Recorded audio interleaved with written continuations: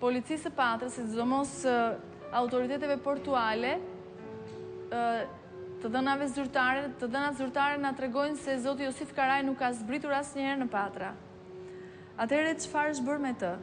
Sonte djali i tij, pra Leonardi, është duke dërguar një mesazh dhe është duke dërguar mesazh të gjitha ata persona të cilët rastësisht atë ditë të 17 nëntorit mund të kenë udhëtuar së bashku me zotin Josif Karaj. Nëse na ndjekin sonte, do doni me njëherë të telefononi dhe të na ndihmonin me informacione. Siç e thash, Leonard, ju keni ardhur së bashku me bashkëshorten tuaj dhe me djalin, të cilit ja keni vënë emrin Josif, apo jo? Kam gjallërin me babajnë që ose i nuk është me, që ose i është me. Kam qef edhe unë ta përgjafoj. S'di që atë, nuk di, nuk flas dot. Jam shumë, kam pas shumë marrëdhënie të mira me babajnë. Kam pas marrëdhënie, vëdi, kaluar shokë. E donim shumë njëri tjetrit, benim shumë njëri tjetrit.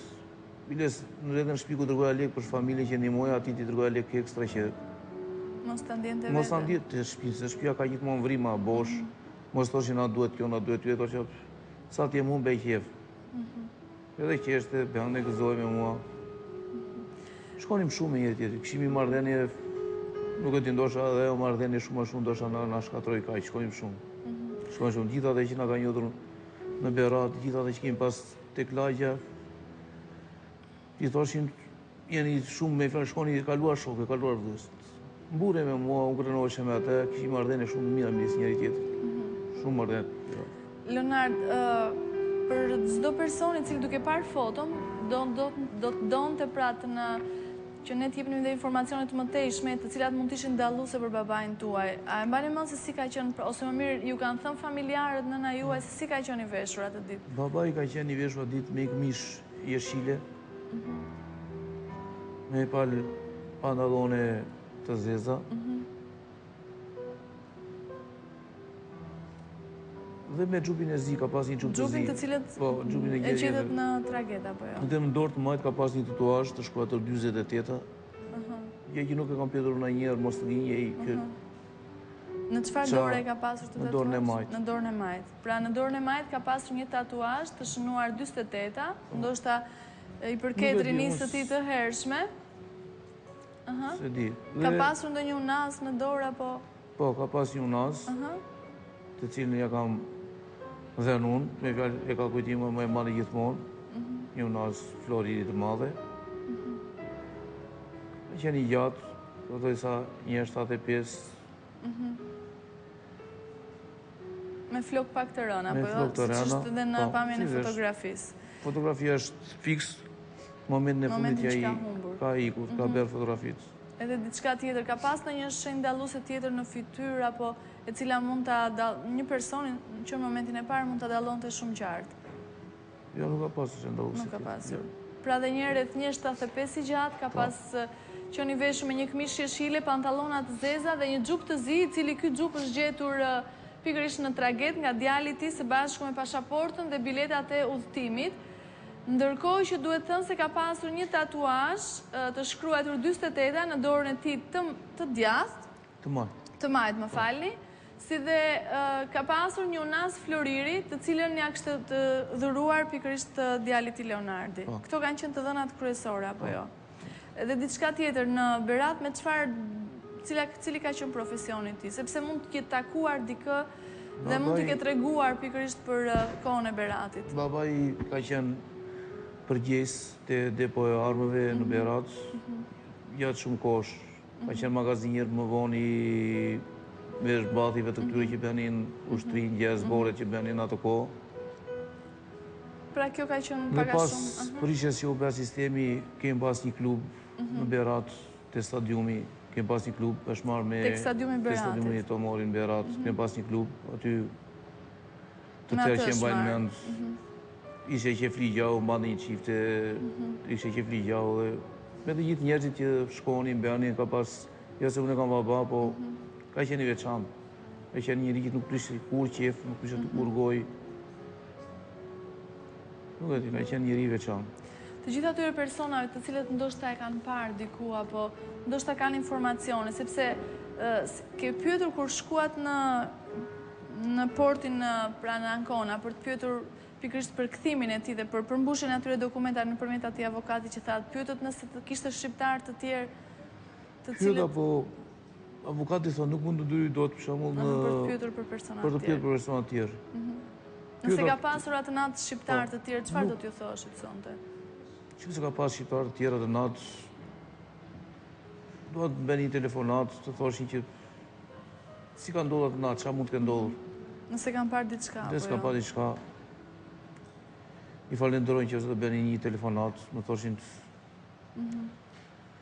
çfarë ka ndodhur. Pra, paka shumë kjo ishte historia e zotit Josif Karaj, ndërkohë që unë do doja të telefononit për çdo informacion që keni për këtë zotëri, qoftë dhe anonim, vetëm jepni atë që dini dhe keni dëgjuar. Ndërkohë që do doja t'ja jepja fjalën pra pikërisht Hortencës. Hortenca, edhe një herë bëjmë një paraqitje kronologjike të historisë dhe cilat janë kërkimet që ne kemi bërë në lidhje me këtë zotëri. Atëra Aida, siç u pa dhe nga kronika dhe nga historia që tregoi Leonardi, historia e Josif Jorgji Karajt përmbami vete shumë mister dhe sondi i bëj thirrje të gjitha atyre personave që nëse din diçka për Josif Jorgji Karajt të telefonojnë në mënyrë që t'i japin një përgjigje familjes së tij dhe të zbulojmë gjithë të mister që mban vetë kjo histori.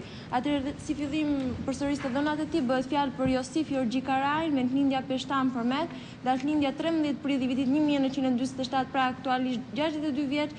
Ka një shenjë dalluese, në dorën e majt ka një tatuazh në të cilën ndodh numri 48. Ka humbur kontaktin më 17 nëntor të vitit 1998. Doja të theksoj Aida se në pasaportën që ai ka pasur, mosha e tij është 10 vjet më e madhe, pra i bie 31 dhjetor i vitit 1937, pra sipas asaj duhet të ishte 72 vjeç. Gjithsesi, mosha e tij aktuale është 62 vjeç, pasaporta ai nuk ka marrë me vete, sepse pasaportën e ka gjetur i biri i tij në traget si dhe biletat. Ai nuk ka asnjë mjet identifikimi. Nuk ka pasur absolutisht asnjë mjet identifikimi me vete. Të holla ka pasur me vete, pra... Të holla ka pasur rreth tek mund të themi 1 milion lireta atë kohë, 500 a 1 milion lireta një jetë tillë. Nuk ka pas shumë të madhe në atë kohë, me fjalë. Po ta diskutojmë me lekët e sot, nuk e parte 700 euro, jo më shumë se 700 euro. Përpara se të vazhdosh Hortenca, do doja të pyesja pra Leonardin dhe një herë. Ju jeni interesuar vetë personalisht pyesni pikërisht autoriteteve të këtij tragedie që si ka mundësi që ky person nuk ka zbritur? Po, gjatë gjithë rrugës që unë kam udhëtuar atë ditë. Po? Kam pyetur dhe cila ka qenë përgjigje? Të njëjtat përgjigje që më ka dhënë policia, që më ka thënë se nuk më jepni shumë përgjigje, pa ata që më jepni më ka thënë që e kemi parë, ka qenë shumë i nervozuar. Po? Ka qenë shumë i nervozuar. Dhe 3 orë, 4 orë më thoshin pashë të ankoroj tragedi.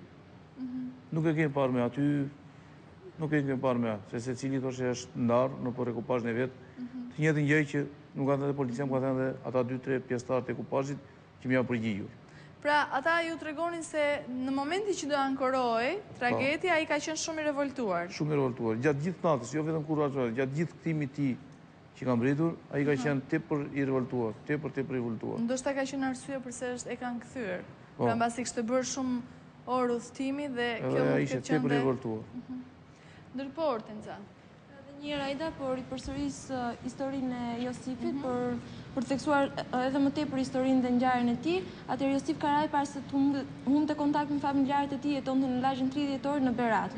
Josifi ka 2 fëmijë, Leonardin dhe Valbonën, që në vitin 1991 Leonardi ndodhi në Itali dhe qëndronte pikërisht në Ancona, ndërsa vajza e tij Valbona vazhdonte studimet në Bologna në Itali. Ishte dëshira e vajzës e cila kërkonte... Po, pikërisht të gjitha këto i dëgjuam sepse na e tha Leonardi, rëndësi ka të japësh datat, pra kur ai u kthyer.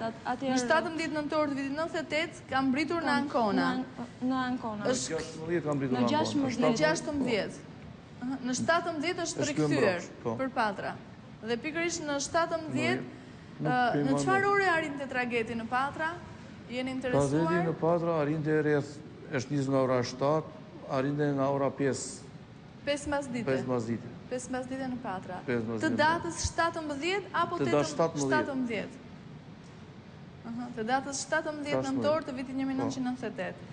Pra, rreth orës 5 mbas dite ai duhet të zbriste në Patra, gjë që nuk ka zbritur asnjëherë. Edhe pse kërkimet janë bërë nga Leonardi dhe neve dhe stafi i emision Njerëz të Humbur ka rifilluar sërish, domethënë kërkimet nga fillimi. I kemi dërguar të gjitha të dhënat korrespondentit ton si në Itali dhe në Patra, edhe pse mendohet që ai nuk ka zbritur në Ancona, sërish ne i kemi rifilluar këto kërkime për të mësuar nëse është e vërtetë që ai nuk ka zbritur në Ancona apo me të vërtetë ai nuk ka zbritur në Patra dhe për këtë domethënë i bëj sërish thirrje të gjitha atyre personave që kanë qenë atë ditë në atë traget, pra pikërisht në tragetin Superfast 3, theksoj edhe një herë, që të kontaktojnë me ne për çdo informacion sado i vogël që ato kanë, të kontaktojnë në mënyrë që të na ndihmojnë në zgjidhjen e kësaj historie.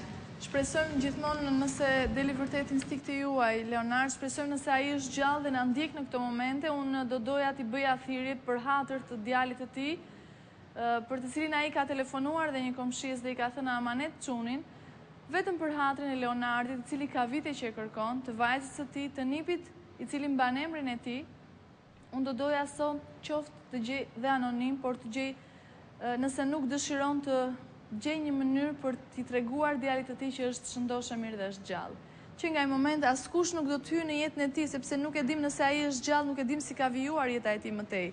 Rëndësi ka thjesht i dëgjojmë zërin apo jo, kjo është më kryesorja, të marrim vesh që është gjallë apo jo. Gjithsesi duhet parë, pra dhe më nga afër se çka ndodhi vërtet atë ditë në tragedin Superfast dhe pse nuk kanë qenë korrekt ata në përgjigjet e tyre në lidhje me këtë zotëri. Pasaporta dhe bileta e tij ku janë gjetur si dhe xhupi, në çfarë vendi? Në traget. Në çfarë vendi në traget? Ishte i ankoruar, ishte me dhomë apo ishte në kuvert? Nuk ishte me dhoma, në kapiteneria e tragedit mi ka dhënë, nuk e di, s'më ka dhënë shumë shpjegime, se nuk donin që më jepnin shpjegime, dhe policia nuk u lindej që të jepte shpjegime. Dhe kur kam i për prapë që kam pjetur atje ekupazhin kur ka vënë në Ancona, s'ka të prapë në Ancona, që kam pjetur se në Greqi s'më linë përgjigje, më kanë thënë që si jemi një ti ekupazh, nuk e di, s'më kanë dhënë shpjegime, pa fjalë. Asnjëherë pra nuk e marrin përgjigje sakt. Jam munduar gjithmonë, po asnjëherë s'kam marrë përgjigje sakt. Asnjëherë.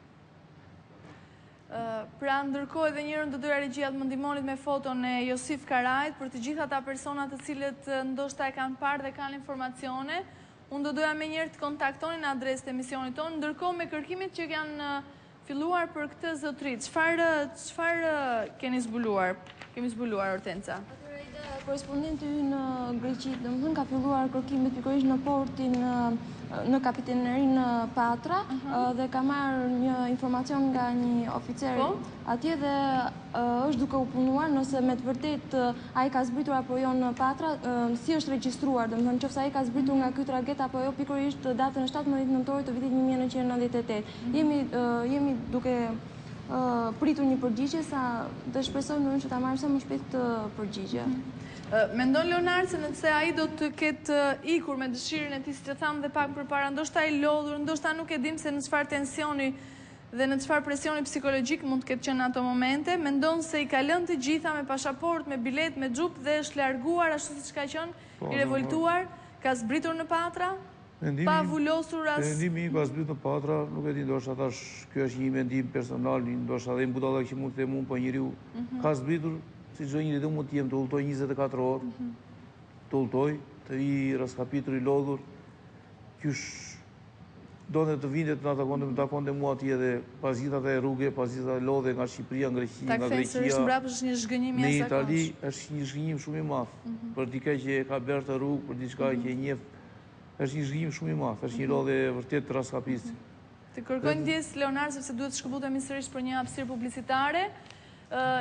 Mos u largoni, qëndroni me ne, ju bëj thirrje të gjithë atyre personave që janë duke na ndjekur në këto momente drejt për së drejti në valët e televizionit Klan. Jemi duke folur për historinë e një zotërie 62 vjeçare, i cili është dukur në rrethana misterioze në tragedin Superfast, i cili udhtonte nga Ancona drejt Patrës dhe nuk ka zbritur asnjëherë. Nëse keni informacione për të, mos nguroni, por telefononi. Do të kthehemi më njëherë mbas hapësirës publicitare.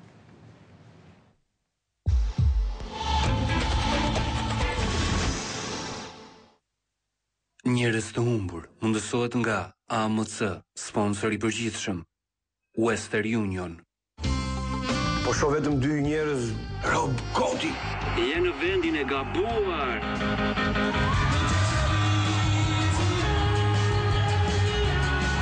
E janë të WhatsApp.